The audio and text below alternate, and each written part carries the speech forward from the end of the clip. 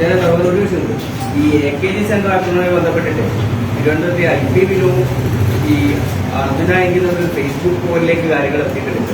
ഇപ്പൊ പരസ്യമായിട്ട് IPവിനെ വെല്ലുവിളിക്കുന്ന രീതിയിലൊക്കെ ആയെങ്കിലും ഒരു പോസ്റ്റ് എന്തൊക്കെ മുമ്പ് വന്നു. അങ്ങനെ ഒരു ചർച്ചയിലേക്ക് കാര്യങ്ങൾ പോയിട്ടുണ്ട്. ആയെങ്കി ആയാലും ശരി, പോയെങ്കി ആയാലും ശരി, കൊട്ടേഷനുമായി പാർട്ടിക്ക് ഒരു ബന്ധമില്ല.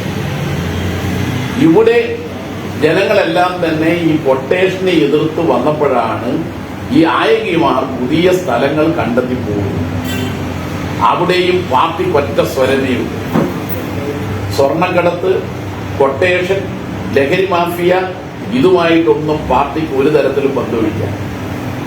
IPവിനും പാർട്ടിയുടെ നിലപാട് ഉയർത്തിപ്പിടിക്കുകയാണ് ചെയ്തത്. ആ നിലപാട് ശരിയാണ്. യഥാർത്ഥത്തിൽ കൊട്ടേഷൻ ഏർപ്പാടിന് പോയത് കൊണ്ടല്ലേ ആ രാമനാട്ടുകരയിൽ 5 ആളെ ജീവൻ കളഞ്ഞു. കരിപ്പൂർ എയർപോർട്ടിൽ നിന്ന് സ്വർണം തട്ടിക്കൊണ്ടുവരുന്നതിനിടയിലുള്ള ഓട്ടത്തിലാണല്ലോ ആ വണ്ടി ഒരു അപകടത്തിൽപ്പെട്ട് 5 പേരുടെ ജീവൻ അപഹരിച്ചത്.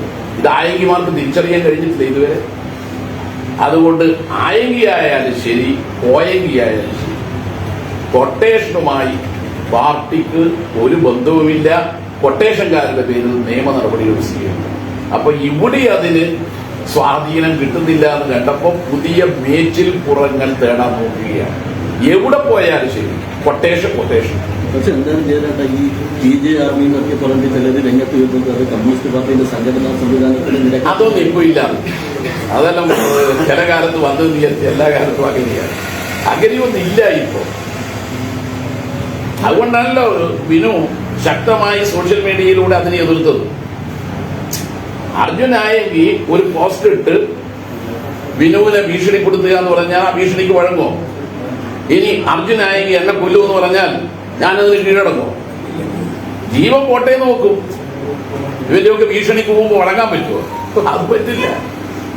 കാരണം എന്നല്ല, അർജുനായെങ്കിൽ നേരത്തെ തന്നെ പരസ്യമായി CPIM 25 കൊട്ടേഷൻ മാഫിയ സംഘ, ഗുണ്ടാ സംഘ, കേടിമാരുടെ പേര് പ്രസിദ്ധീകരിച്ചു പറഞ്ഞതാണ് CPIM. അത് പേര് പറയുമ്പോ MP ജയരാജൻ എന്ന് പറയുന്ന വ്യക്തി നിസ്സാരന്മാരാണ്. പക്ഷെ പാർട്ടിയാണ് ആ പേര് പറയുന്നത്. പാർട്ടിയെ വെല്ലുവിളിക്കാൻ ഒരു കൊട്ടേഷൻ സംഘത്തെ അനുവദിക്കൂല.